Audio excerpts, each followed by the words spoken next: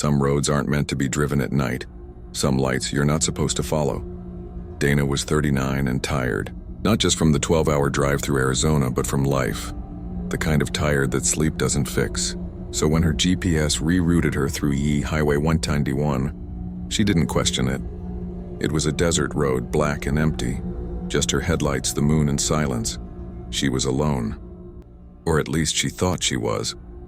Just after midnight, something strange happened. She saw lights in her rearview mirror. 2 pinpoints, glowing white, far too bright for headlights. And, floating too high, she slowed down. The light stayed back. No engine noise. No movement. Just hovering. A minute later, they were closer. No matter how fast she drove, they didn't fall back. They followed.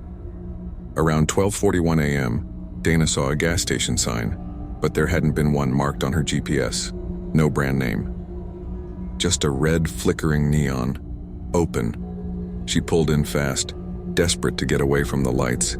The moment she did, the lights vanished. She stepped out. The desert was dead quiet.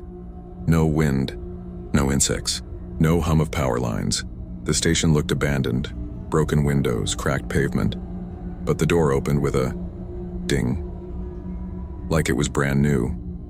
Inside, everything was wrong. All the food was decades expired. A radio played a song she hadn't heard since childhood. The same verse over and over. And behind the counter, a man stood perfectly still. He didn't speak, didn't blink, just pointed behind her and whispered, "You brought them." Dana ran.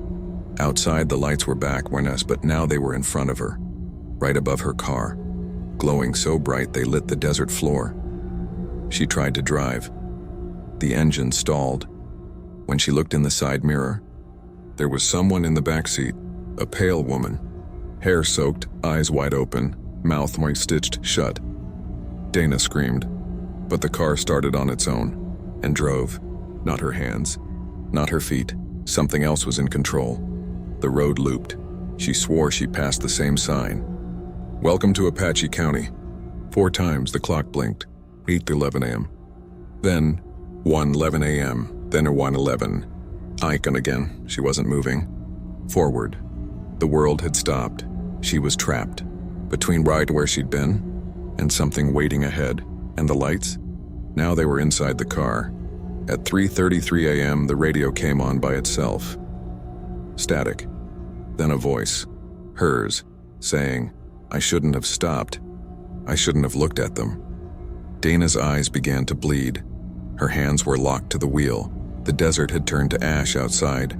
And in the passenger seat, the stitched-mouth woman sat grinning. They found Dana's car 3 days later, abandoned in the desert. No tracks. No signs of a struggle, just a cracked phone screen showing Gary 1:11 a.m. from Rosen and a message in her own voice, left on her sister's voicemail at 3:33 a.m. They don't want the road. They want the driver.